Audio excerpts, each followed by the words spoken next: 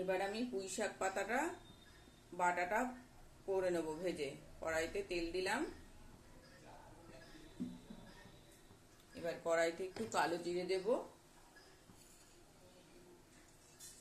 কালো জিরে দিলাম। কালো জিরেটা একটু ভাজা ভাজা হয়ে আসুক, তারপর পাতা বাটাটা এর মধ্যে দেব। পাতার সাথে আগেই রসুন দিয়ে একটা কাঁচা লঙ্কা দিয়ে আমি বেটে নিয়েছি।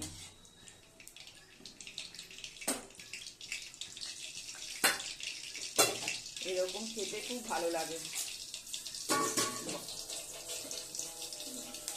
বাটা এরকম করে খেয়ে দেখবেন, খুব ভালো লাগে। এবার আমি পাতা বাটাটা দিয়ে দেবো।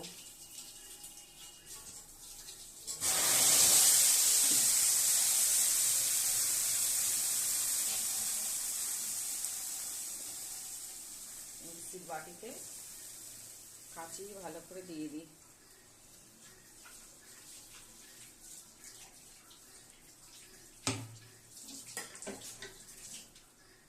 এবার এর মধ্যে একটা নাড়িয়ে নিই।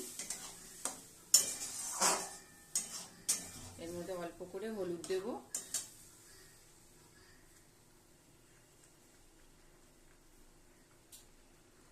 স্বাদ মতো নুন দেবো,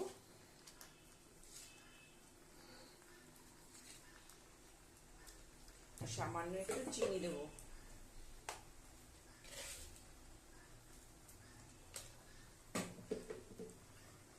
এবার এটাকে ভালোভাবে মিশিয়ে শুকিয়ে নিতে হবে।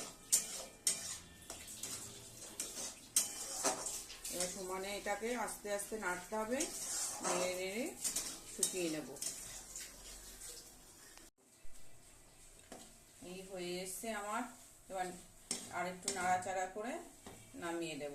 দেখুন একদম শুকিয়ে গেছে।